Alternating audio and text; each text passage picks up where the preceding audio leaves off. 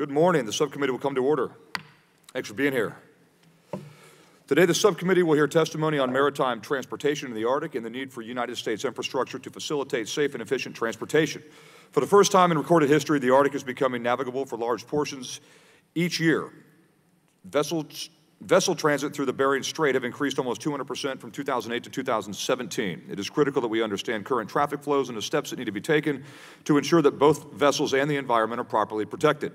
I'm proud to say that we have finally gained the necessary momentum to recapitalize the nation's heavy icebreaker fleet, which is critical to providing assured access to the region. However, while icebreakers provide important capabilities, there are many other issues that must be addressed to ensure a safe and efficient Arctic navigation. Despite the United States vessels patrolling Arctic waters for nearly 150 years, the National Oceanic and Atmospheric Administration, NOAA, predicts that it could take up to 25 years to survey a fraction of the navigationally significant waters in the U.S. Arctic using modern hydrographic methods. This really is the last frontier, the portion of our nation's waters about which we still have much to learn. Additional infrastructure and operational challenges to maritime transportation in the U.S. Arctic include limited satellite coverage and architecture to support voice and data communications, the lack of deep draft port accommodating ships with a draft of up to 35 feet, unpredictability and flow patterns of icebergs and shipping lanes, and the lack of channel marking buoys and other floating visual aids which are not possible due to continuously moving ice sheets. The United States is not alone in our efforts to facilitate safe commerce in the Arctic. We are part of the Arctic Circle, along with other Arctic nations like Canada, Russia, and the Nordic countries. Working together in this consensus-based intergovernmental forum allows us to promote environmental, social, and economic aspects of sustainable development in the Arctic. The Council is critical to successfully implementing the International Code for Ships Operating in Polar Waters, the Polar Code. The potential in the Arctic is hard to fully quantify. From more efficient shipping routes to mineral wealth and natural beauty to scientific unknowns, the Arctic is a great resource, one for which we must begin making plans today to ensure we can maximize its potential while also protecting its unique character and importance. I thank our witnesses for being here today, and I look forward to hearing their thoughts on the issues. I'll now yield to Ranking Member Garamendi. You're recognized.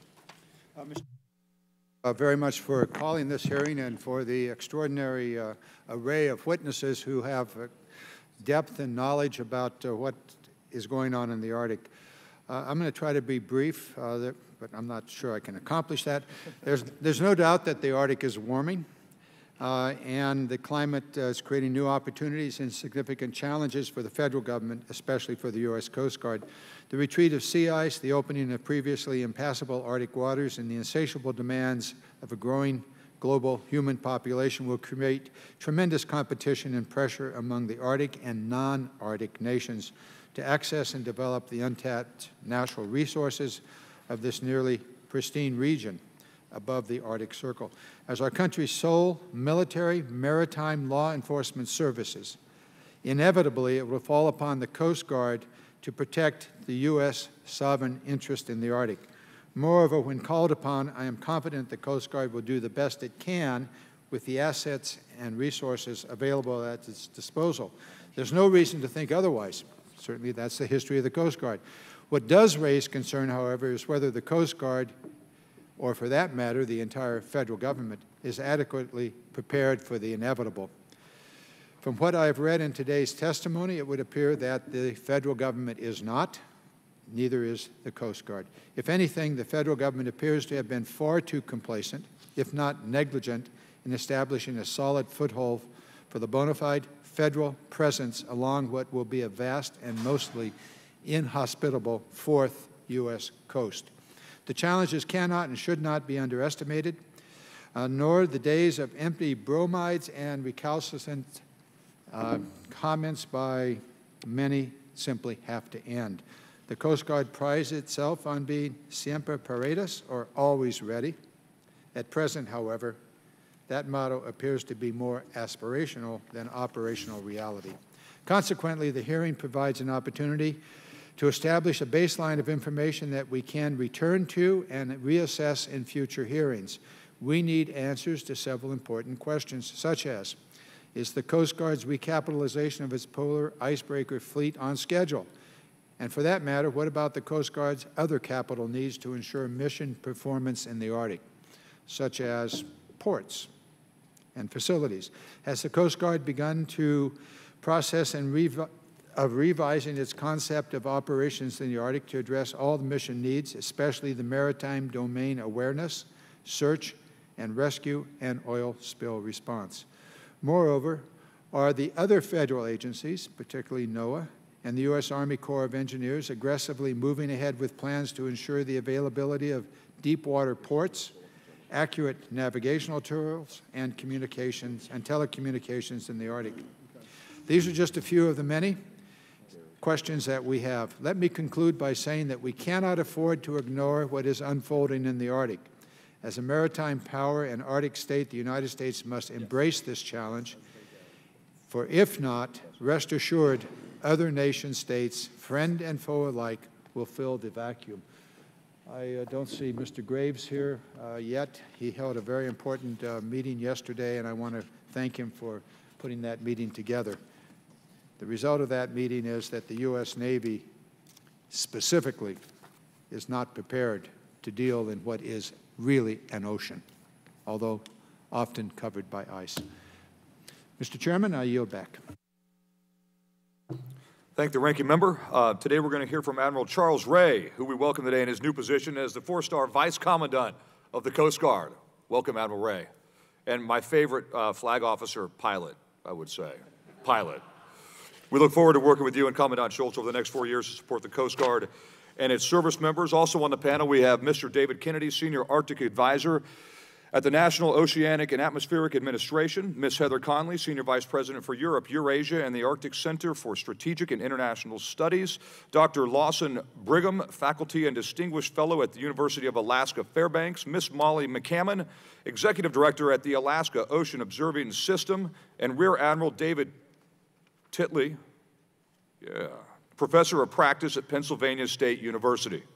Admiral Ray, it's an honor to have you here. Congratulations again, and you're now recognized for your statement. Thank you, Mr. Chairman. Good morning, Chairman Hunter, Ranking Member Garamendi, distinguished members of the subcommittee. I appreciate the opportunity to testify before you today and ask that my written statement be entered into the record. On behalf of Commandant Admiral Schultz and the entire Coast Guard, I'd like to express my gratitude to this committee's support for your Coast Guard. The Coast Guard is the nation's visible maritime presence in the Arctic.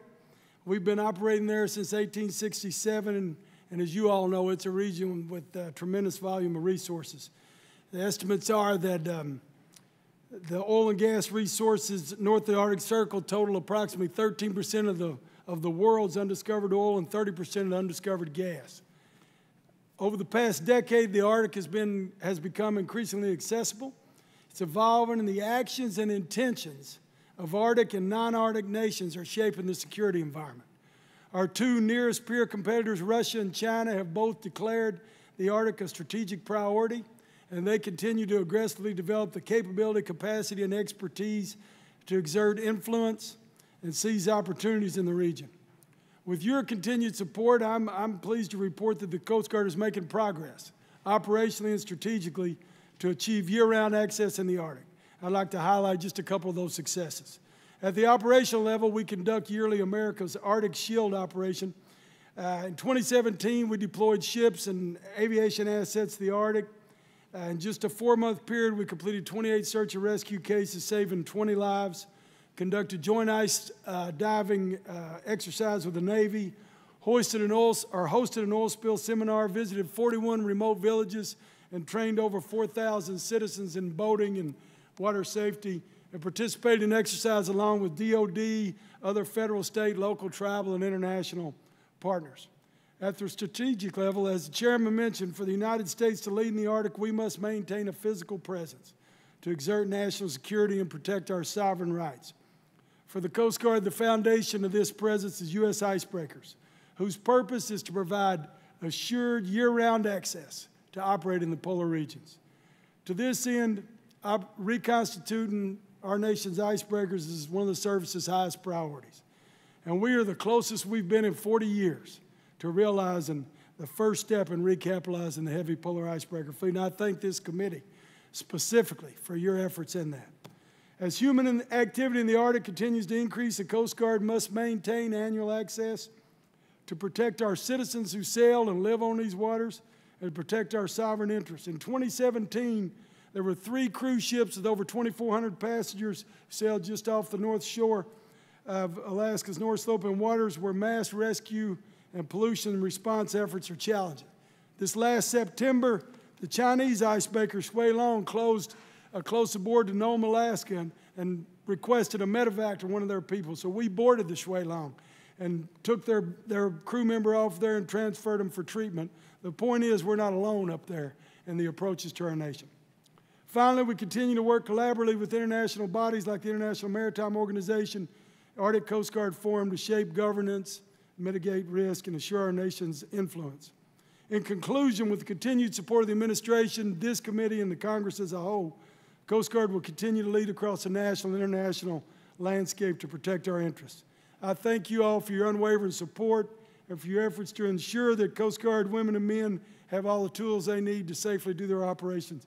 Appreciate the opportunity to testify and look forward to your questions.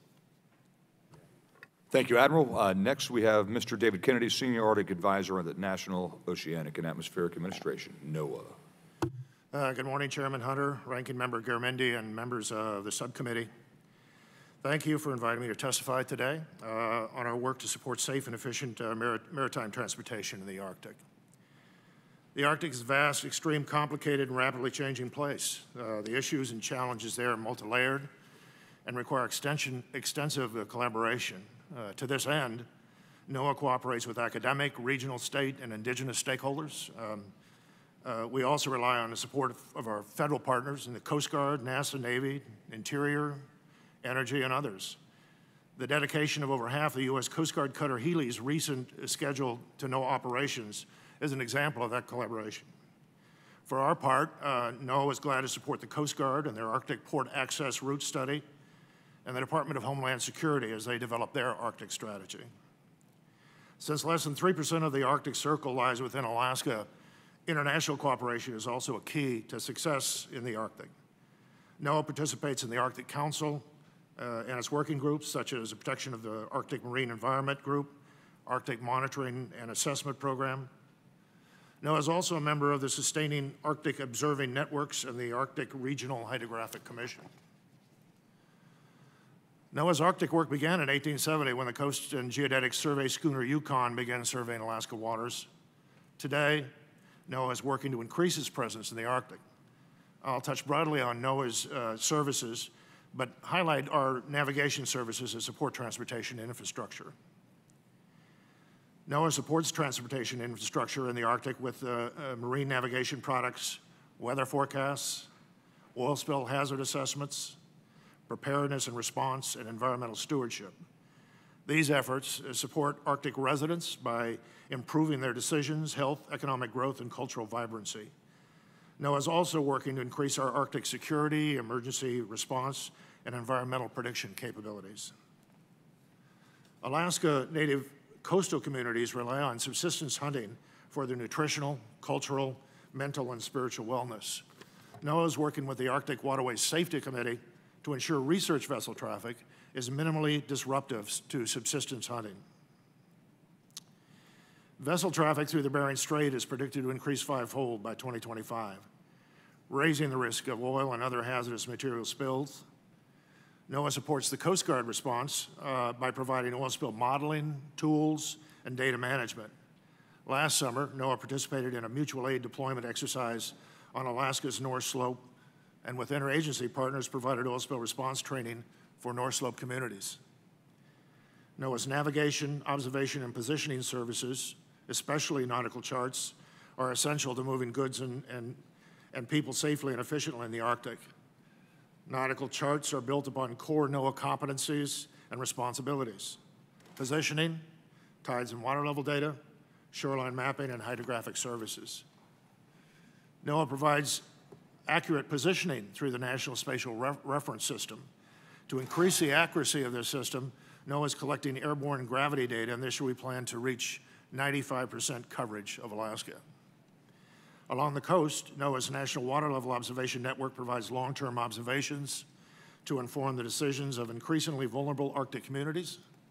In cooperation with the Alaska Ocean Observing System, you're going to hear from later, NOAA is developing portable low-cost systems to fill water level gaps in the Arctic. Last year, NOAA delivered over 700 miles of Arctic shoreline data. This data maintains charts and enables mariners to pinpoint their locations relative to the coast. Less than 5% of the U.S. maritime Arctic has been surveyed to modern international navigation standards.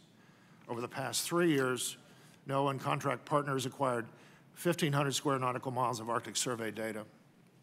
In 2018, we have 7 projects in Alaska and the Arctic covering 2,066 square nautical miles. To continue our progress, NOAA will keep asking our stakeholders to inform our survey priorities. Our Federal Advisory Committee, the Hydrographic Services Review Panel, will meet in June of this August for just that purpose. Thank you again for the opportunity to testify today. I appreciate the subcommittee's time and attention and look forward to your questions. Thank you. Thank you, Mr. Kennedy. Ms. Heather Conley is now recognized, Senior Vice President for Europe, Eurasia, and the Arctic at the Center for Strategic and International Studies. You're recognized.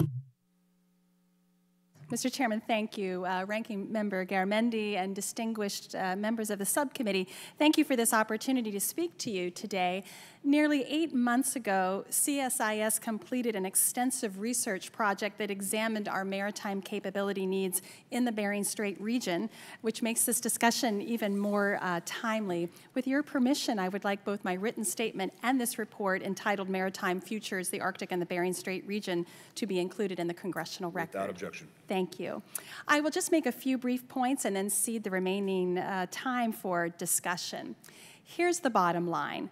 While trans-Arctic shipping and destinational shipping may be muted today in the Arctic, we anticipate an increase in maritime traffic through the narrow Bering Straits, particularly as LNG carriers from the Russian Arctic make their way through the narrow Bering Straits to Asian energy markets.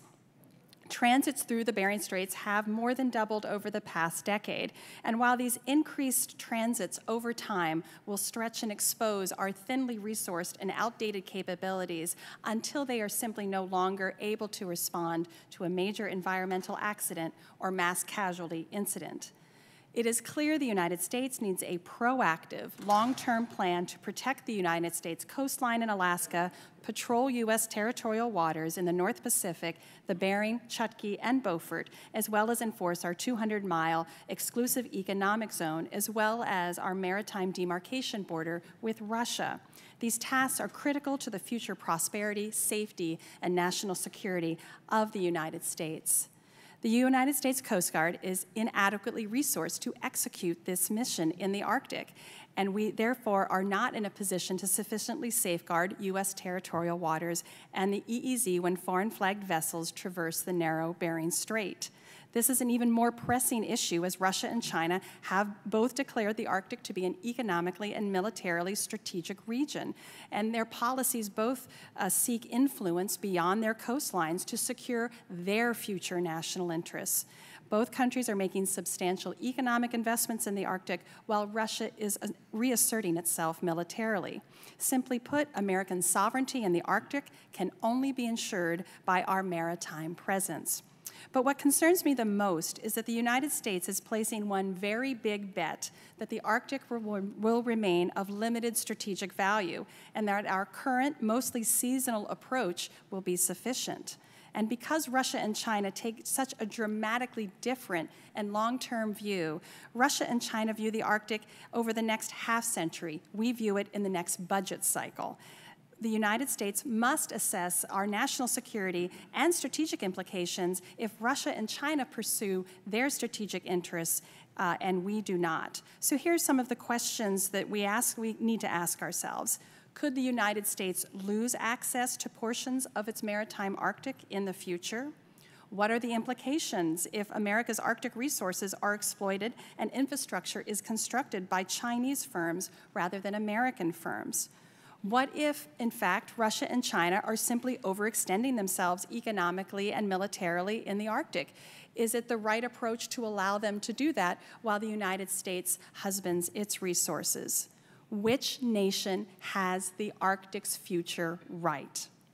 If the United States is incorrect about the Arctic, we will be placed at great strategic disadvantage with significant military and economic implications for both the North Atlantic and the North Pacific. Prudence would suggest the United States must ensure an enduring and credible maritime presence in the Arctic. America's current posture does not yet meet this requirement. Thank you very much. Thank you, Ms. Conley. I'd like to now introduce the former chairman of this committee, the full committee, and the dean of the House, Mr. Don Young, to introduce our next two witnesses. Thank you, Mr. Chairman. I do appreciate that for letting me say words about our Alaskan witnesses. First, we have Dr. Brigham here representing the University of Alaska, my university. Dr. Brigham has a distinguished career. He served in the Coast Guard for 25 years, retiring with the rank of captain, having served in command of 4 Coast Guard cutters, including the Polar Star sailing in Alaska, Arctic and Antarctic waters. Dr. Brigham has participated in over a dozen Arctic and Antarctic expeditions. In 2008, when Captain Brigham was the signer of the American Geographical Society's Flyers and Explorers Globe, this signing was in recognition of Polar Star's voyages in 1994, becoming the first ship in history to reach the extreme ends of the global ocean at the North Pole and the Ross Sea. Antarctica is the closest navigable portion of the South Pole. Dr. Brigham's 3 decades of research have focused on the Soviet-Russian maritime Arctic issues, which we're all interested in, Arctic climate change, maritime transportation, sea ice remote sensing, Arctic environmental protection. Ms. Molly McKinnon is the Executive Director of the Alaska Ocean Observing System, which is a coalition of government, academic, private partners working to access and integrate coastal and ocean data to give users the ability to package the information and data into usable products for the stakeholders. Ms. McKinnon has been involved early in the effort to get legislation enacted to support the national and regional ocean observing networks, and each year she continues the community's efforts to keep supporting Congress on ocean observing systems. And I want to welcome both my Alaskan witnesses. I look forward to their testimony, as all the rest of the panel. This is an issue which I have a great interest in, so welcome. Thank the gentleman from Alaska, and the gentleman from Alaska, Dr. Brigham, is recognized. Give your statement. Thank you for that kind introduction, Congressman Young. Good morning, Mr. Chairman and Ranking Member Garamendi, and distinguished members of the subcommittee. Honored to testify today before you regarding the roles of the United States in Arctic marine transportation, and specifically some very narrow but important marine infrastructure requirements. I'm a researcher at International Arctic Research Center, but also a fellow at the Coast Guard Academy's Center for Arctic Study and Policy. No discussion on this topic can be made without review of the Arctic Council's Arctic Marine Shipping Assessment, which was released, amazingly enough, 9 years ago, but still has great relevance. The United States was a lead country in this effort, with Canada and Finland. All the 8 Arctic states contributed data and information. This study could be looked at in 3 perspectives: baseline assessment, first historic snapshot of all the traffic in the Arctic Ocean, strategic guide to a host of Arctic stakeholders and actors, both Arctic and non-Arctic stakeholders and actors, but importantly, a policy document.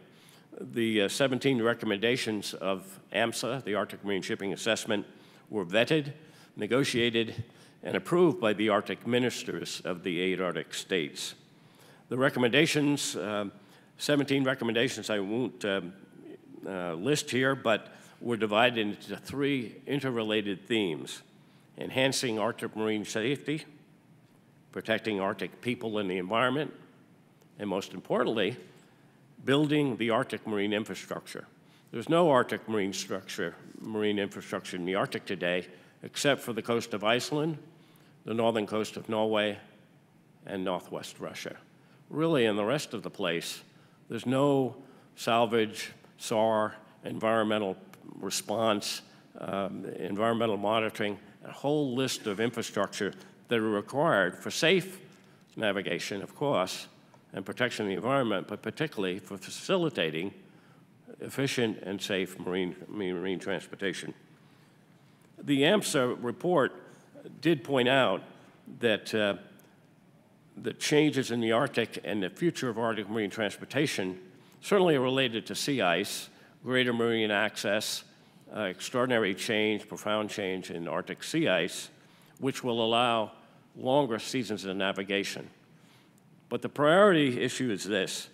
It is important that the economic factors of Arctic natural resource development, the connection to global markets, and global commodity prices are really the primary drivers of future of Arctic marine transportation, and that can be seen today in the Russian North, offshore Norway, and potentially in offshore Alaska. It's really all about economics. It's about international security, global geopolitics, but it's economics driving the train for Arctic marine transportation. There's a general lack of infrastructure, as I mentioned, and a recent study of the Council on Foreign Relations did highlight the Arctic Imperative study released last March 2017, highlighted a number of deficiencies of the United States in its infrastructure. Particularly one was highlighted from data from NOAA that only 4.7% of the United States maritime Arctic is charted to international standards, 4.7%, maybe 5% now. But nonetheless, we have charts for the whole place. I should add that the hydrographer of the United States would say, but only 4.7%, low percentage is charted to modern international standards. Serious gap in infrastructure is related to human security, economic and environmental implications for the United States. Let me, in the last half a minute here, or a minute, hydrography and charted is the highest priority. Certainly, NOAA's budget requires more funding for the frontier of Alaska, implementation and enforcement of the IMO Polar Code, additional funding and support to the Coast Guard to make sure that all of the requirements of this seminal governance regime are applied by the Coast Guard in U.S. Arctic waters. I would specifically mention the Arctic port to be developed at Nome in the near term, dredging Nome to 35 feet plus, the building an outer breakwater dock and breakwater and dock to allow for the mooring and support of large ships in all seasons. This development will provide for the port presence and essentially provide the physical presence, maritime presence of the United States in its maritime Arctic. Icebreaking capacity, of course, Arctic waters, monitoring and surveillance of marine traffic, search and rescue, environmental response, the Seward Marine Center and the polar ship Sikuliak require continued federal support, and finally, communications and aids to navigation. Thank you, Mr. Chairman, for the opportunity to testify before you today. Thank you, Dr. Brigham. Ms. McCammon, you're recognized. Chairman Hunter, Ranking Member Garamendi, Congressman Young, and members of the subcommittee. My name is Molly McCammon, and I have been Executive Director of the Alaska Ocean Observing System for the past 15 years based in Anchorage, Alaska. Thank you for inviting me to participate, and I hope my written testimony will be entered into the record. As part of the National Integrated Ocean Observing System, my program is mandated by Congress to work with federal agencies, local and state governments, and private industry to facilitate and enhance coastal and ocean observing. I think we all know that the Alaska Arctic is a challenging environment for obtaining observations, especially in real time. Lack of power, few roads, often primitive communications. Yet this information is essential to meeting the needs that we find now in the Bering Strait region and in the Arctic. So to meet these needs, my program, AOS, is partnering with a host of agencies, the University of Alaska, and private industry to help identify and fill gaps, demonstrate new observing technologies and infrastructure, and develop data products and applications. We can't depend on the old way of doing things any longer. These include things like high-frequency radars to measure surface currents in real time for navigation, search and rescue, emergency response. Alaska has 3 radar sites on the North Slope, none in the Bering Strait. Congress added funds this past year to allow us to install 2 new radars in the Bering Strait, and those will go in the next year. Expand sea ice radars. We have 1 on the North Slope. That's in regular use, but the equipment's old, needs replacing. Wave buoys. How many do we have in the Arctic? 0.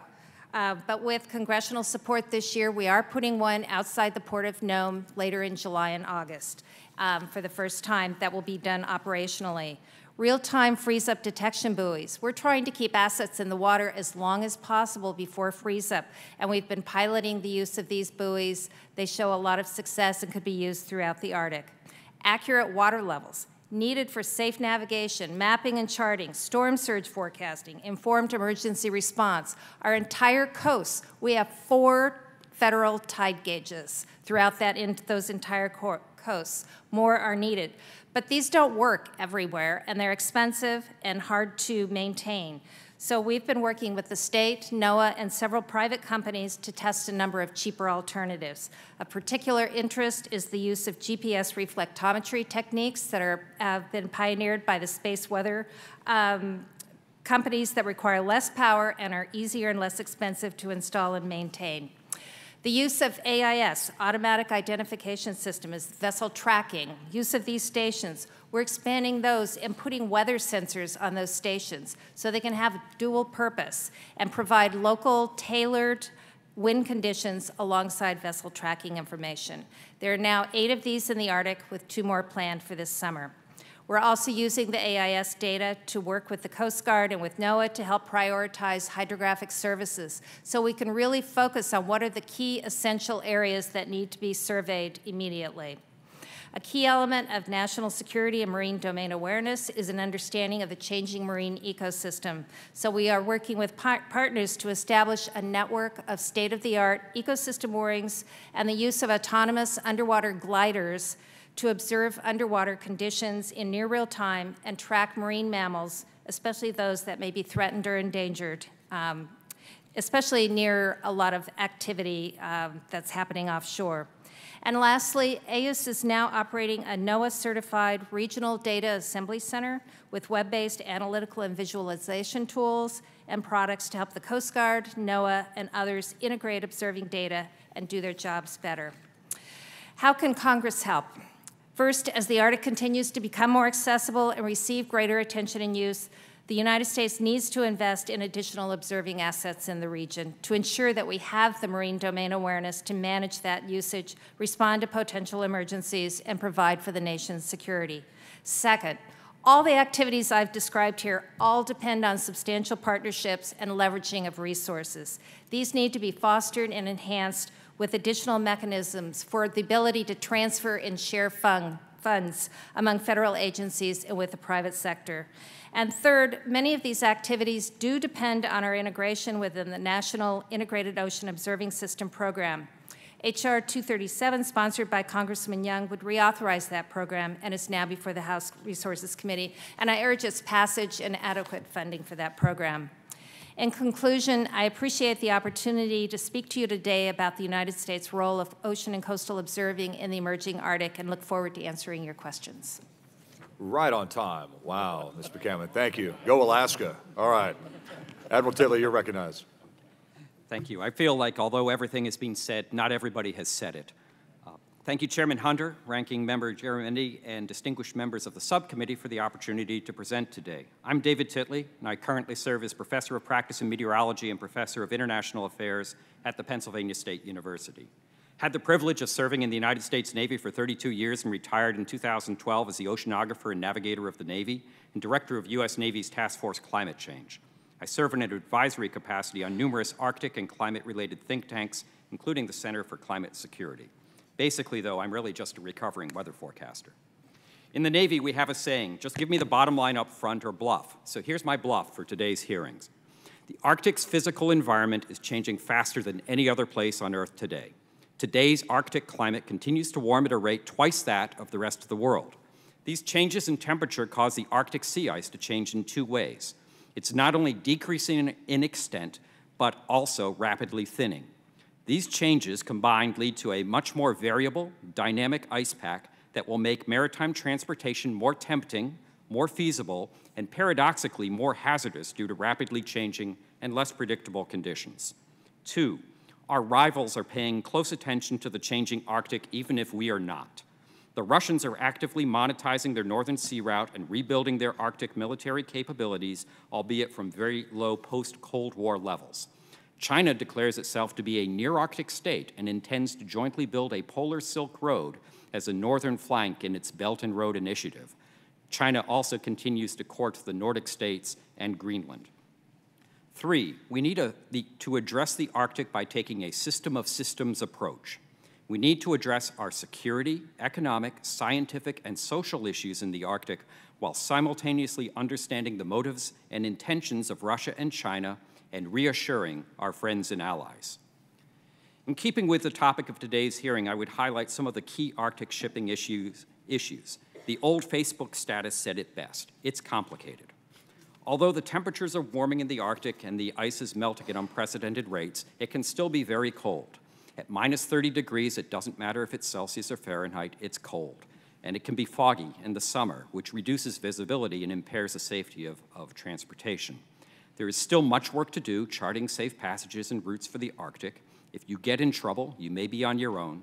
The current routes available for navigating across the Arctic have significant draft limitations for modern commercial shipping, and today's business model of the container fleet stresses both reliability of delivery date and shipping very large number of containers to reduce fixed costs. But we should always be aware of the potential for disruptive change. The liquefied natural gas, or LNG carrier Christophe de Margerie set a transit speed record for commercial shipping across the Northern Sea Route last August. Another ship in its class transited the Northern Sea Route this past February with no icebreaker assistance. While there are good technical reasons to believe these are one-of events, many revolutions are not recognized until they are well underway. So what should we do? Similar to many plans in the military, I recommend we take a risk management approach and hedge for the unknown. It's important we step back and consider the obvious. We have never been in a position in the modern world where access to an entire ocean opened up within a matter of decades. We must update our nation's Arctic strategy in response to the changes in our national security strategy and national defense strategy. We should use all our sovereign assets, Navy, Coast Guard, and NOAA, to develop a coherent and sustainable presence in the Arctic that will demonstrate long-term commitment to our sovereign interests, reassure our allies, and send an unmistakable message to our great power rivals. I recommend we direct and resource the National Science Foundation to set up a permanent research presence on Svalbard, the Norwegian island. Both the Russians and Chinese have robust presence on that island. The United States does not. Develop and resource a plan in conjunction with state, Native Alaskan corporations, allied private sector interests, and build out the foundations of an infrastructure that can support U.S. objectives for an ice-free Arctic. My written testimony contains details of such a strategy. And commit to ratification of the UN Convention of the Law of the Sea. UNCLOS is a governance structure for the world's oceans, including the Arctic Ocean. Accession to UNCLOS, among many other advantages, would allow the U.S. to file a claim for seabed resources north of Alaska for an area nearly the size of California. In closing, our country is dealing with a significant change in the world's climate, and nowhere is the climate changing faster than in the Arctic. As I stated in my TED Talk, the ice does not care who is in the White House or who controls the Congress. It just melts. We can either proactively adjust and shape our Arctic objectives to maximize U.S. interests, or we can passively sit back and watch others grab the initiative. Thank you very much for your time and attention. I look forward to taking your questions. Thank you, Admiral. We're now going to recognize members for questions, starting with myself. I think the first thing I think it was Dr. Brigham was talking about 4.7% of the Arctic is charted to modern standards. If it weren't for Congressman Young here, it'd be closer to 0%, because on the Natural Resources Committee, he passed the Hydrographic Services Act in 1998 when I was still in college, which enabled us to get to 4.7% over zero. So again, thanks to the Dean of the House. I guess my first question, Admiral Ray, how would you align our Arctic strategy with what General Mattis has talked about the Arctic in our national defense strategy? It's a trick question. So think about it. Gotcha, sir. Thanks for the question, Mr. Chairman. As I'm pretty sure you're aware, we've got a long-lasting relationship with the Navy in terms of working these issues. We got a fleet mix board that meets. It's a long-standing, many years, and it's got an Arctic working group. We work together on that. Our intelligence communities work together on assessing the Arctic situation. We work together in exercises, multiple exercises. I think the staff told me about 700 in the last couple of years, tabletops and other things like that. So we've got this long-standing processes where we work with the Navy. And okay, sir. And then this summer, the Alaska Command is hosting a symposium in 2 months in August, where we'll all follow. So it'll be the military and other federal agencies will follow up in Alaska, and we'll work together to address specific strategic concerns and kind of assess the situation and see what we're doing. And then finally, as you know, I mean, we've got tremendous support from the Navy with regards to icebreaker recapitalization. Our integrated product team, if it weren't for the Navy, I mean, they're the experts in building unique types of ships. And so they've been a real help for us the whole course of the way. So I would say that we are lockstep with the Navy when it comes to both tactical, operational, and strategic issues, sir. So I mean, we established a joint program office out of this committee and the Armed Services Committee. The reason I asked the question, the Arctic isn't mentioned in the National Defense Strategy at all. So to all of you, General Mattis talked about everywhere on Earth basically except for the Arctic. And it seems really myopic and short-sighted that we do this all the time as a nation. And that's why we're sitting here trying to hurry up and build icebreakers so that we're in the game at all. I guess that was the point of the question. How can you formulate what the Coast Guard is going to do in the Arctic without a joint strategy from the Navy and the Coast Guard, which Mr. Garamendi and I have mandated now in the National Defense Authorization Act? You got Senator Sullivan's going to carry that too. So that's going to, by September of this year, we're going to require both to this committee and the Armed Services Committee a Navy Coast Guard joint plan on what the strategy is, because right now there's nothing written down. And we know from being in the military, at least you and I, unless it's written down, especially at your rank, and it's documented a million times and put in a bunch of PowerPoint slides, it doesn't exist. So right now, no matter what you say, and there's a joint program office for the acquisition side, what is the strategy side? No one's talked about that because it's not in the NDS, so there's no way you even have to align the Coast Guard strategy with the National Defense Strategy because there is no National Defense Strategy for the Arctic. Does that make sense? You cannot align with the National Defense Strategy in the Arctic because there is no National Defense Strategy on the Arctic, which is a huge lapse in what the Office of the Secretary of Defense put out. We're going to fix that by asking you and the Navy to come back and tell us what your strategy is.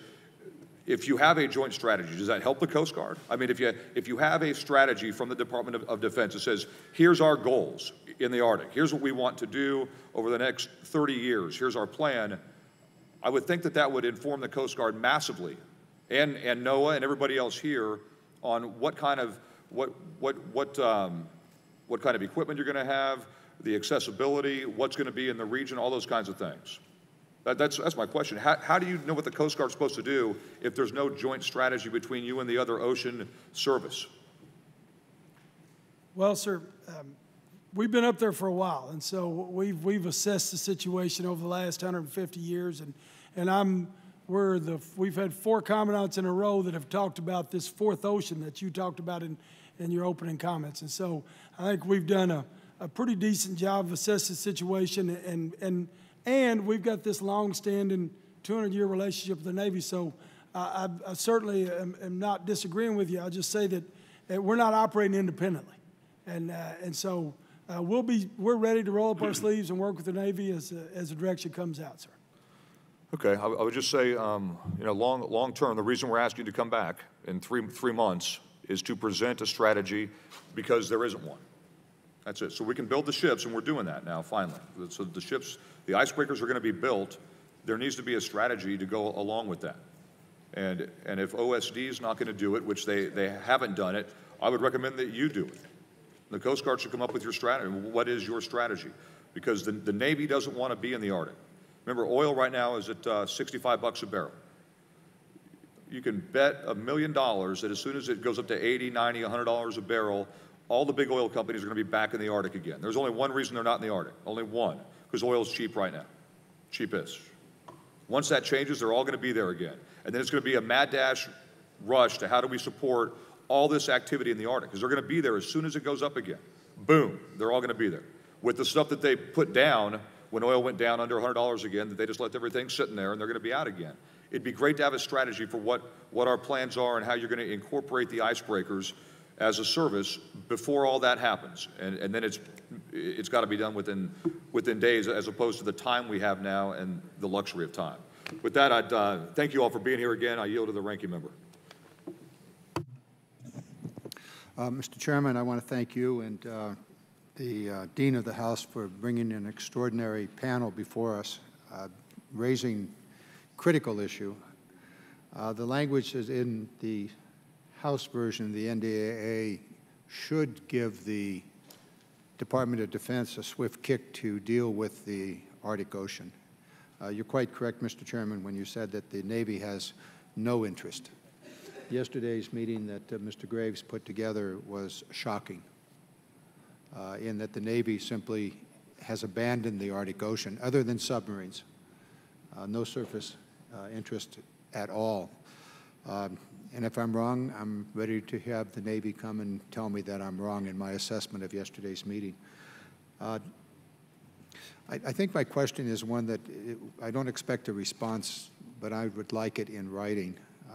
First of all, the Coast Guard will, with the passage of the NDAA, and I hope before the NDAA, work with the Navy on developing the answer to the requirement that there be a strategy. And I asked the Navy yesterday to proceed ahead of the law to get on with the question. So my issue really goes to the other witnesses here, and that is each of you have made recommendations.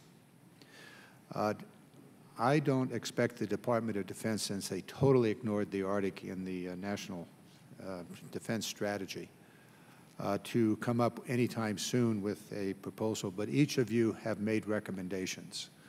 When taken together, you have, in fact, developed at least a major part of an Arctic strategy. And so I would ask each of you to put an estimate of the cost of your recommendations together with the recommendations. You can simply submit the recommendations and add another paragraph, another sentence. This strategy to map the coast requires X personnel, equipment, and the cost is about this amount. I think this committee is, and certainly under the chairman and his staff and my staff, ready to develop an Arctic strategy since the whole of government has ignored it. And I think we're ready to do that in the various opportunities we have in appropriations as well as in authorization. So if you would do that for us, it would then, I think, lead to at least a major part of it. The Coast Guard is doing much of that, specifically with the icebreakers, but there's more to it than that. And so if the Coast Guard would also carry out putting numbers and personnel and equipment with each of the recommendations that have been put forth today, we'll be along the way. With regard to the U.S. Navy, there are those of us that are on the Sea Power Subcommittee, two of which are sitting next to each other here, that I suspect will have conversations with the U.S. Navy about its withdrawal from the Arctic Ocean, other than submarines. So I'm going to let it go at that, and so if you would all provide us the information, that'll be the foundation for an Arctic strategy that I think this committee will put together. I thank you. I yield back. Thank the gentleman. I now recognize the former chairman of the full committee, a man who stands behind you over in front of an uniced Alaska in the background here that looks at us every day, the Dean of the House. Thank you. Thank you, Mr. Chairman. I want to thank the panel. We're all saying the same thing. And I'm pleased with the panel. No one's saying anything really contradictory of what should be done in the Arctic. As the only person that lives in the Arctic, by the way, I live above the Arctic Circle. There's no ice there in that picture, but I do. And we do have a changing climate, I think for the better. I have to say that. We have a new opportunity. I'm just thinking, just think about Captain Cook. This is not a new idea. I mean, he was trying to find a Northwest Passage. It took him 3 years and 10 days to get to the inlet into Anchorage. And to show you how things can happen, he thought he had found it, and he went down one arm of that inlet, and he got to the end of it, and he said, turn it again. So he turned around, and that's where he got turning in arms. I want you to know how you like that for a story. But my interest is that we've got to have a plan, and may I thank all of you. If Congress writes a plan without your input, we're going to screw up. So we need to have, you know, I would predict, Mr. Chairman, one of the good things we could do, maybe we ought to have an Arctic czar, because every agency is willing to work with one another, but no one's really figuring out how to do it. And maybe we ought to have an Arctic czar, because this is where the future is of the nation or the world, is above the Arctic Circle. That's where the mineral resources are. That's where the oil is. That's where the fishing is going to be. That's where the action is going to be 100, 200 years from now. And give China and Russia credit for that, because they recognize that we do not. And Ms. Conley, I liked your statement, because if we don't get to this and recognize it for the importance of it, we're going to end up with another Wrangel Island. If any of you don't know where Wrangel Island is, that belongs to the United States of America. But we didn't pay any attention to it, and Russia settled it, and now they have a huge settlement there, and I get people writing me letters today, why don't we get our Wrangel Island back? Well, you know, we'd have to go to war to get it, but it was extremely valuable. So, Mr. Chairman, I'm like what I hear. I just think we ought to have a collusive group, and maybe come to the suggestion to us, and Ms. McKinnon, I would thank you for your statement, you and my Alaskan witnesses. Let's have a plan. Give us your plan how it can be done, so we can make some pretty sound decisions when we have a chance to do that, because we're going to have to do it. I mentioned yesterday at our meeting that Mr. Garrett put on, the general public doesn't understand the Arctic yet. They're sort of out there, well, that's the Arctic. And we have to, you know, understand it until we can raise the attention of this a little. I said Mr. Graves, excuse me, Red Snapper. We have to do it, because otherwise the public, I go to members on the floor and I said, what about the resource in the Arctic? Where? How about the new shipping channels? What? Do you know we need navigational aids because the other countries are going to use it? What's going on up there? You know, how many things, they don't have any idea. So, Mr. Chairman, I think our challenge is to listen to the witnesses, and they're all agreeing. Let's see if we can't put something together with your information. And then I think the chairman ought to introduce with the ranking member a future piece of legislation that creates the Arctic, I call it symposium, but has one person in charge. And I know maybe someday when someone's not sitting in on this committee, they want to be the czar of the Arctic. I need a new job, maybe. You never know. But you know, I just, you know, I love what you're saying, and thank you. And let's just see. Maybe you all are going to get together after this meeting, and maybe you ought to do that, Mr. Chairman. Tell them to do it, and come back to us and see what we can do. So thank you. You back. That was a statement, it wasn't. Thank the gentleman. And we could have an Arctic czar that even sits on the Joint Chiefs. Be called the Commandant of the Coast Guard. That'd be a great Arctic czar. Mr. Lowenthal, you're recognized. Mr. Chairman, just 1 second. Yes, sir. We talk about icebreakers. Icebreakers are great, and I support icebreakers, and I want icebreakers, but that's not all of it. It's the infrastructure. We have no ports up there. We don't have the communication. We did have quite a bit when they were looking for oil and they withdrew, but we don't have that anymore. We're sort of out in the middle of la-la land right now, and that's where our job is. Thank the gentleman. Mr. Lowenthal, again recognized. Thank you, Mr. Chairman, and thank you to all the members of the panel for being here and educating us on the infrastructure and the needs that are definitely needed in the Arctic. This question is for Mr. Kennedy and Admiral Ray. You know, as you know, the National Ocean Policy includes important goals and policies to enhance maritime transportation and security in the Arctic. As part of the policy, the Coast Guard, NOAA, and other partners were asked to coordinate the oil spill prevention, the containment, and the response efforts, including the development of new tools to improve our modeling and responses to these incidents. Can you fill us in on how this collaboration is working, how it's going on, and what progress you've made towards these goals? Sir, I'll talk about the response side of it. The modeling, obviously, is in the expertise of NOAA. With regards to response, every summer when we go up on Arctic Shield at least for the last several years, we send research and development projects to see what we can do to improve our capability to respond to oil spills in ice waters, waters on the edge of the ice pack, waters in that it's different. It's a lot different than the Gulf of Mexico. And I'll just be quite frank, we're not where we need to be yet when it comes to responding. We're still pushing it. We work with NOAA and across the interagency to get the ideals that we go up and test every summer. But I don't think we're where we need to be yet when it comes to responding to a significant oil spill in the Arctic. Thank you. Mr. Kennedy. I agree with Admiral Ray. We're working hard to try and do better. We have spills, drills. There is an oil spill technology workshop in March in Anchorage, looking at Arctic and Alaska technology and where we are and where we need to go. As you've heard from the different panelists, that place is far, far away, and we have logistics issues, we have communication issues, and the science is not all there yet. Very, very clearly, it isn't there.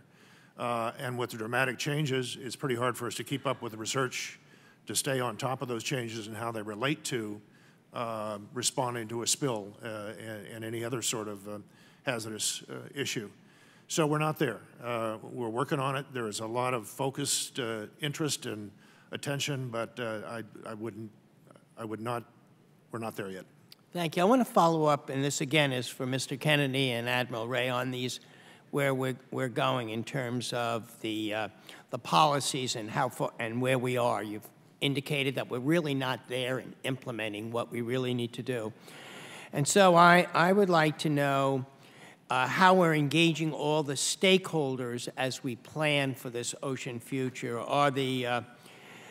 And so I want to know how NOAA and the Coast Guard are implementing the marine planning in the Arctic. What are the key data sets and the needs that you've identified that we need to ensure safety and coordination between the ocean stakeholders? Can you elaborate at all on that, what you're looking at and what we need to look at ourselves? I know we're not there yet, but maybe you can tell us a little bit more about as we move towards increased development, how all the stakeholders are participating. Sir, we've got captains of the port in Alaska. We've got one in Anchorage that actually covers all the way out to the western part of Alaska and up north. And we've got standing committees that include all the state by design. They include all the stakeholders from the local communities. And so they convene on a regular basis and talk about the issues. As we go up north there, as I think you may recall from my opening statement, we engaged in about 40 different coastal villages in Alaska last summer. And so when we go there, we kind of the way you interact with the folks up there is they like to sit down and get to know you. You kind of talk about these issues and you bring them up, and it's really human interaction is how we work through some of these things when you're talking about responding in waters that they've traditionally fished in and hunted in and done. So that's the primary tool the Coast Guard uses. It's a similar arrangement that we use in Miami or LA. It's just a different, and it's tailored to the nature of the stakeholders in the region. So NOAA has regional coordinators in Alaska. Their primary responsibility beyond providing the Coast Guard, whoever else, the data and information that we generate to support a response, their job is to try and reach out to all aspects of the communities that might be involved in response.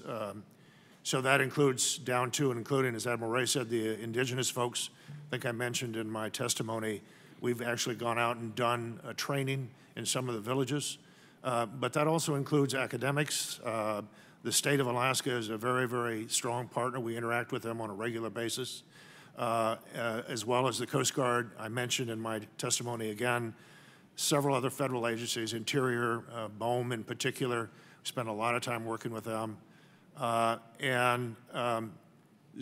So that is, industry. I think I want to make sure and include industry because, you know, when something happens, and you've got a response. Industry is going to be kind of helping to manage that, and you've got to understand where they're coming from. You've got to be familiar with who they are, how they think, and what they bring to the table. So all of that in terms of integration. In terms of what information do we need that we don't have, you've heard from this panel observing of all different kinds. So that's everything from all of the oceanographic data, from currents to temperatures to you name it, to the whole biological communities. As this change is occurring, there's a dramatic change in where species are. And again, we're having trouble keeping up with all of that, but it's absolutely essential for us to understand that. There's permafrost issues, there's sea ice. I could go on, but there's 3 or 4 categories of data and information that we don't have enough of, that we're working collaboratively with other partners to try and gain. Thank you, and I yield back, Mr. Chair. Thank the gentleman. Mr. Graves, you're recognized. Thank you very much. Appreciate all of you being here. Admiral Ray, I want to follow on the questions that I think Chairman Young and Congressman Hunter asked and Congressman Garamendi asked. I think you're seeing a theme here that there are strong concerns about lack of integration between the Coast Guard and the Navy. And I fail to understand why we continue to have separate documents, separate strategies, all these people talking about playing together, but at the same time we're missing opportunities for efficiency. To try to dissect or tease out the Navy mission as opposed to the Coast Guard in the Arctic is very difficult for me to understand. And I want to commend Congressman Hunter, the subcommittee chairman, for his work in the NDAA bill. I think you're aware of an amendment that he added that forces a joint strategy. But quite frankly, that's not something that Congress should have to step in and do. That's something that's common sense, and I think there's a great bit of frustration on both sides of the aisle that's not happening already. And I just wanted to get your feedback on that and help me, I guess maybe give us some comfort and help us understand why we continue to see these silos. Thank you for the question, Congressman. I won't speak for the Navy. What I will tell you is that there's no air gap between the Navy and the Coast Guard from the top to the bottom. I mean, we just had staff talks a couple of months ago, or it's actually been about 3 months ago, with Admiral Zumkunft and the CNO. And the Arctic and what we're doing there was part of our discussions. We work at my level and all the way down to the deck plate level. I concede, obviously, that we don't have a national strategic document that's authored by both. I think the last similar document was 21st Century Sea Power document that's probably about 10 years old now, that had kind of prescribed that we would work together in developing Arctic policies and procedures, or, kind of strategies. So as I told the chairman, we're certainly, willing to fall in and work on this process with the Navy. But I want to assure you that absent the strategy, which y'all can see, there's no big air gap between the Coast Guard and the Navy. I mean, it was a conscious effort to transmit the ice-breaking surface mission to the Coast Guard after World War II. And we've been doing that since the 40s. And, Admiral, what is Russia and China, Norway, what do all these other Arctic nations know that we don't in regard to the fact that they have exponentially more Arctic capabilities than the United States does? Well, I won't speak for a lot of the other countries. My assessment is that, for instance, with Russia, they have 60% of the Arctic coastline. I think it's over 50% of the Arctic coastline. And it's a significant part of their GDP, and Ms. Conley can attest to that. So if petrochemicals or petroleum products are the biggest part of the GDP of Russia, then the North Slope or their northern coast is the biggest part of that. So they have obvious economic interests, but what they're doing goes way beyond economic activity. We observe that and are aware of that. The other nations, there's 8 Arctic nations, and so each one of them's got a little different cut on this. Some of them are primarily fisheries, and they're trying to protect those stocks. That's more on the Atlantic side. We're not fishing north of Alaska right now except for subsistence. There's no commercial fishing. So each country has their own perspective, but I will tell you, they are collectively demonstrating an interest to the extent that they can to being able to operate up there. And that's what we've been talking about for several years, we, the Coast Guard, that you got to be able to operate up there. You know, virtual presence is absence. And so we need to be present there. And that's what we've been, with the help of this committee, we're close as we've been in 40 years. Well, I certainly agree with that, but I think share the concern of virtually everyone up here about the lack of polar capacity and the implications that's going to, I think, continue to have on our nation. I'm going to violate my own advice, Dr. Brigham. I just want to, I don't know the answer to this question, but Dr. Akasofu, how's he doing? And don't answer that question, maybe. Oh, I think he still comes into the office and does his science. All right. Well, in a previous life, I had the opportunity to work with him. An extraordinary amount of time. We lost contact. Please pass on my best to him. He was an amazing resource for us in regard to climate change science and Arctic ice coverage and other things, and enjoyed working with him. So thank you. Yield back. Thank the gentleman. Mr. Huffman's recognized. I want to thank the chair and the witnesses for a very interesting conversation about policy and American leadership in the Arctic. And I totally understand the national security implications for why we need to have a greater and a safer presence in the Arctic. I'm also hearing a lot of interest in safety and for shipping. It makes perfect sense, but a lot of this has to do with mineral development, fossil fuel development, and other things that raise questions about environmental standards and environmental protection. And I am wondering, before we get too far into the massive costs of all of these things, if anyone is thinking about what American leadership looks like in the Arctic when it comes to protecting the unique natural resources of the Arctic and the ecological values. Is this just a rush to exploit things from the Arctic, or is American leadership also attempting to project our standards and environmental values into this conversation? And I would open that up certainly to any of the witnesses that want to speak to it, because I haven't heard much about that. Yes, Congressman. The United States, through the Arctic Council, has been a leader in all things related to environmental protection and sustainable development. This Arctic Marine Shipping Assessment, which I mentioned in my testimony, is really an overview of and a strategy for how to protect people and the environment. So I think we've been there. I think the State Department, through the Arctic Council, representing us there, and all the agencies, including the Coast Guard and NOAA, at the Arctic Council have been world leaders in environmental protection, marine safety, and this question of infrastructure that relates to all of that. Anyone else want to add to that? Yeah.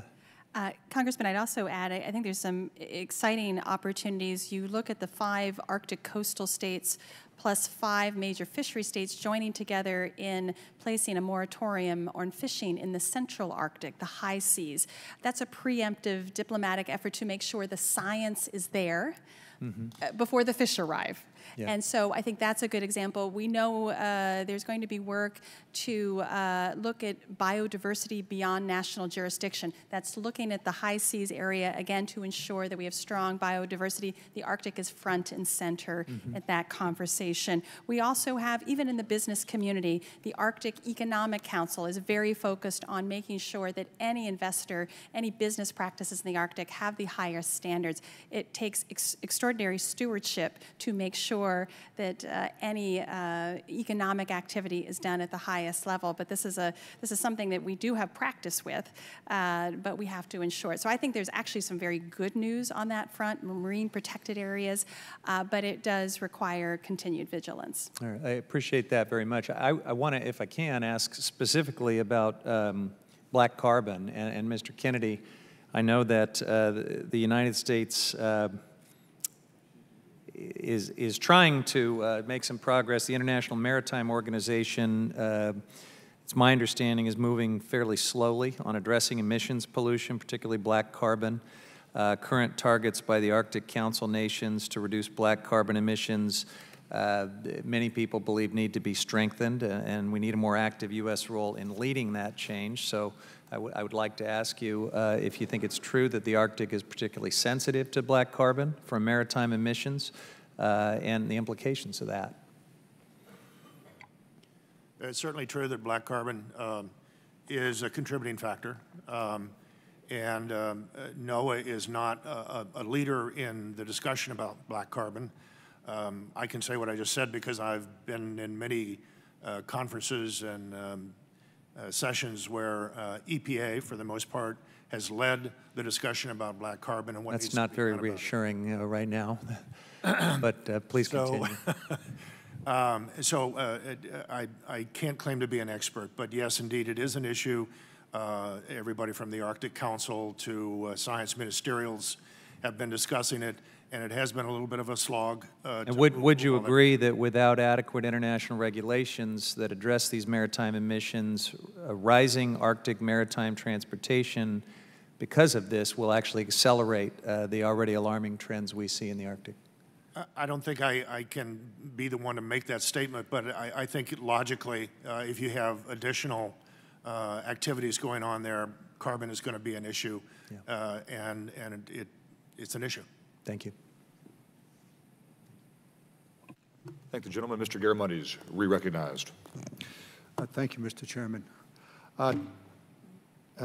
Tidley, your work at Penn State covers a variety of issues, some of which you've spoken to.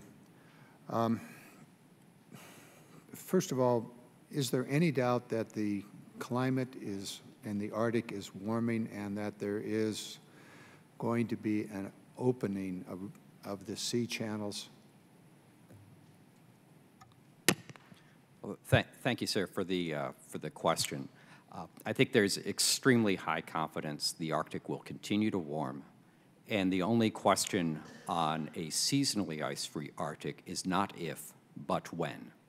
Reasonable people can disagree. When I started the Navy's Task Force on Climate Change, the consensus was in the 2060s, 2050s, and 2060s. I was telling the Navy probably the 2035 or so. I would still say 2035, which is coming up very soon. By the time we get to 2020, that's going to be next decade. So we have 15-ish years to prepare for when we have seasonally ice-free Arctic. Now, it's going to freeze up in the winter, probably for everybody's life in here and our children's life. But over time, by the time we get to the latter part of the 21st century, we'll start seeing weeks and even months of ice-free conditions. And I think that's what the Russians and Chinese. I wanted to get that on the record because that's foundational for everything that we've been talking about here. Also, you've spoken to Russia and to China. Why is China interested in the Arctic?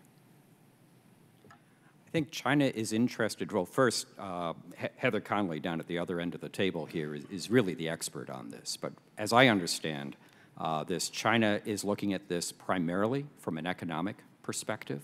If you look at their Belt and Road Initiative, this really actually encircles Eurasia. And the so-called Polar Silk Road is the northern component of that encirclement.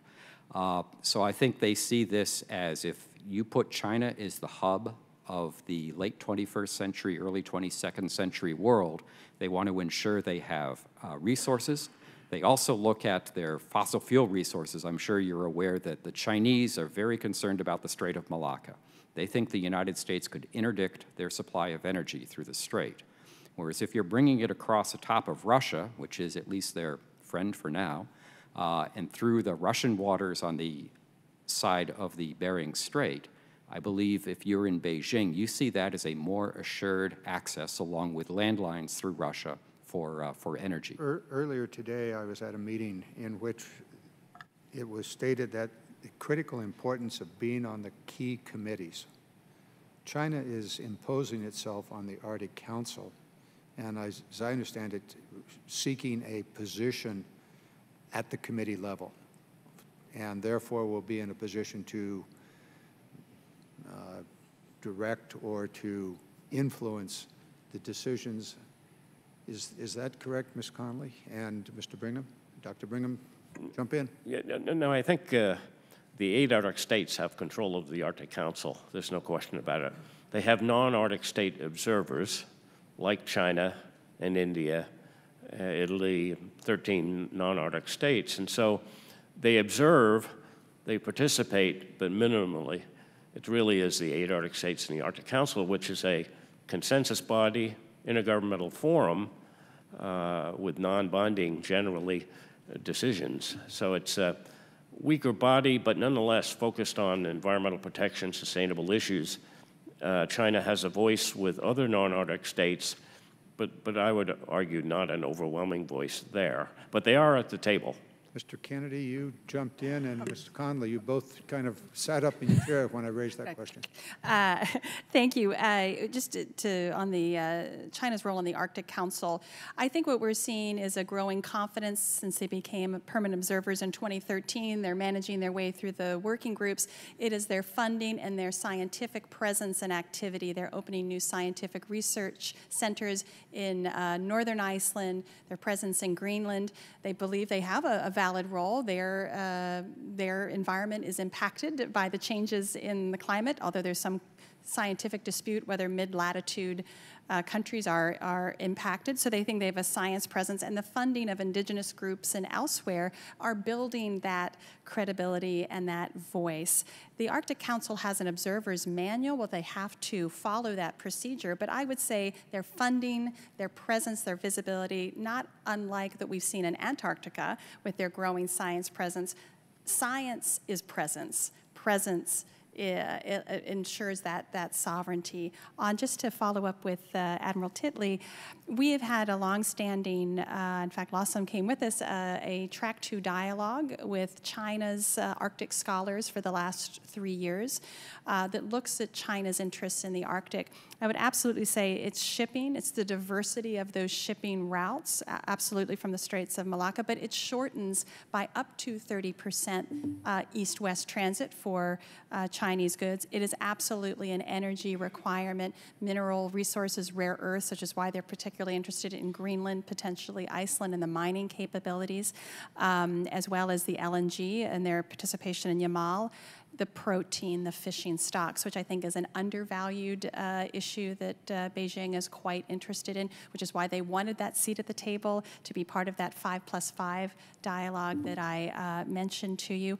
Tourism, believe it or not, you are going to continue to see a wave of Chinese tourism in the Arctic. We're already seeing that in Finland and elsewhere. Their commercial presence then allows their tourism presence to come. So it's going to be a comprehensive presence over time. They're investing the high-level diplomacy, the economic diplomacy, and then we know many of the commercial ventures that China produces has a PLA-PLN component to it. So we have to understand and research the strategic implications of what a greater Chinese infrastructure presence and science presence means to our interest. So for instance, if China builds an air base or an airstrip, airport, very close to Thule Air Force Base in Greenland, does that have strategic implications for the United States and our missile defense radar system? Does a growing surface-to-air missile presence on Wrangel Island in Russia, does that impact our missile defense architecture at Fort Greely, Alaska?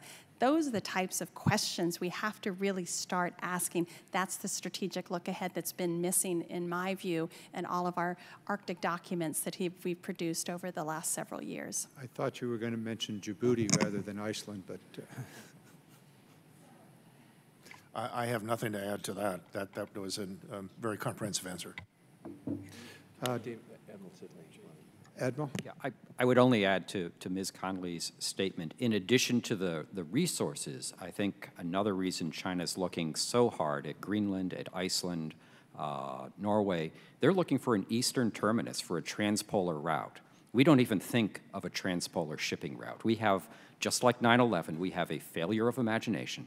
We don't think about that ice-free, seasonal ice-free Arctic, or an ice-free Arctic with only, or an ice-covered Arctic, but with first-year sea ice, but with ships that can transit unassisted through that sea ice. They're looking at how to connect the Pacific and the Atlantic over the top.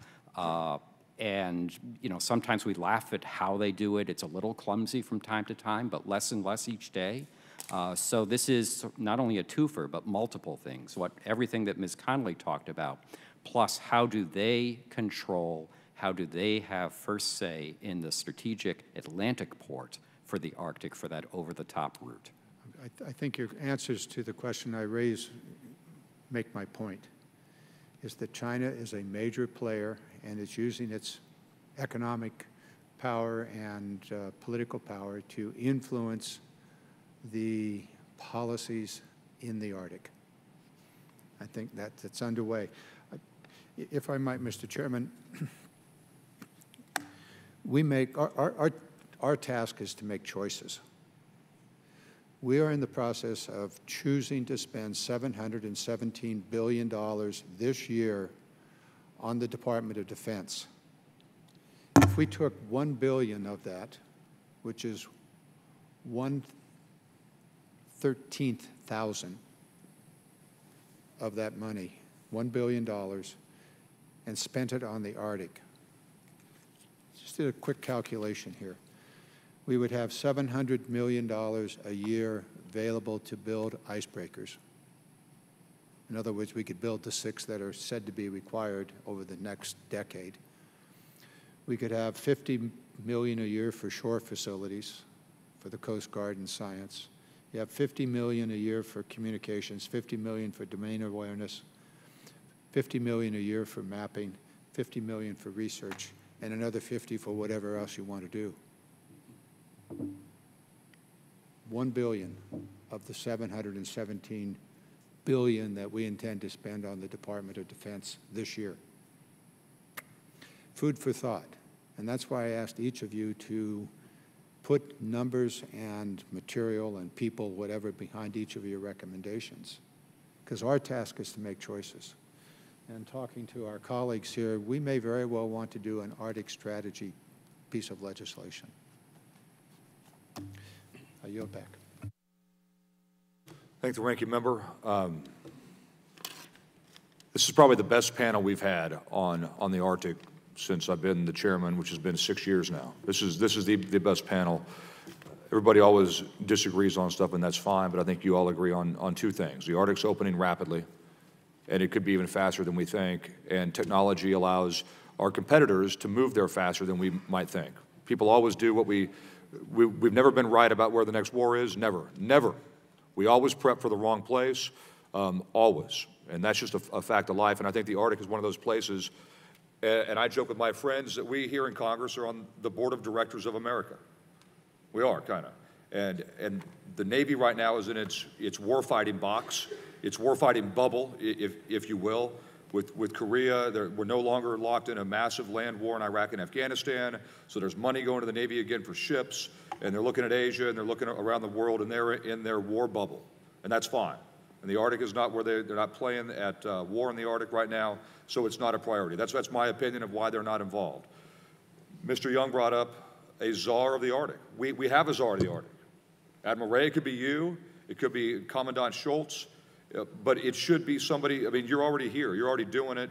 You're the ones that are going to have the Arctic strategy that we help you put together, that you bring to us in September. Hopefully that will negate the need for us to do anything legislatively, because we shouldn't be doing that.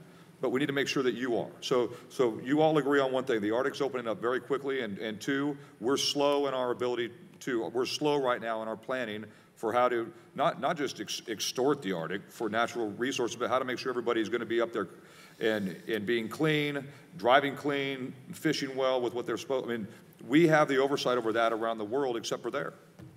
And that needs to be fixed. And the Coast Guard is doing it. Mr. Garamendi and I and Mr. Graves and Don Young has been doing this for over 30 years, working on this one issue. So now that we're getting the boats, I think you need the strategy to go with the boats. And you're in charge, Admiral Ray. I mean, Admiral Schultz is the Arctic czar, as far as I'm concerned, and we're going to get our information from you, and hopefully it's enough so that John and I can just sit here and not do anything and say, hey, that's a great strategy, let's implement it, as opposed to having to change it or create it ourselves. Just one question. Sure. Is there anybody here from the U.S. Navy? Admiral Titler. Retired Navy, which means I do not have to start everything with I support the President's budget. Admiral, as good as you are, you don't count in answering my question. Oh, not at all. And but my question was asked for a very, very specific reason. And there's no one in this room from the U.S. Navy. So that's very telling. And my answer to that is that that's fine. Because with Congress's funding and with the Coast Guard strategy and ability and know-how from being there, I think we have this down, and we're going to drag the Navy along screaming and kicking, but we're going to drag them, and we're going to make sure, too, that they do tow them along. We're going to make sure that they do the right thing, too, when it comes to the actual icebreaker itself, meaning, and this is a time for a different discussion, but now that we're getting the ships, we don't want to see LCS communication suites on the Coast Guard icebreaker. We want to make sure that the Navy gets involved where they're supposed to and stays away where they need to stay away when it comes to the acquisition. So with that, thank you all for being here. Very informative discussion. And finally, we're moving on this stuff, and we're making a difference, and we're making a change just because of all of you and the few that actually came to the hearing today, which we appreciate. With that, the hearing's over.